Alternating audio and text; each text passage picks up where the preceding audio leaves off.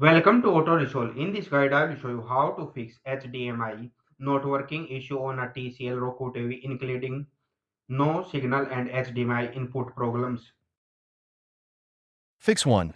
Restart TV and HDMI device. Step 1. Turn off your TCL Roku TV and unplug it. Step 2. Unplug the HDMI device, PS5, Fire Stick, cable box, etc. Step 3.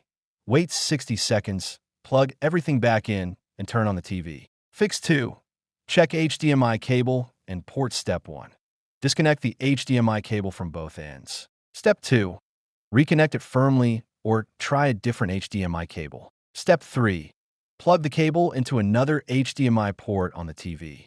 Fix 3. Select the correct HDMI input. Step 1. Press the home button on the Roku remote. Step 2. Go to Inputs and select the correct HDMI port, HDMI 1/2/3. Fix 4. Enable HDMI inputs. Step 1. Go to Settings, TV Inputs. Step 2. Select the HDMI port you're using. Step 3. Set it to Always Allow.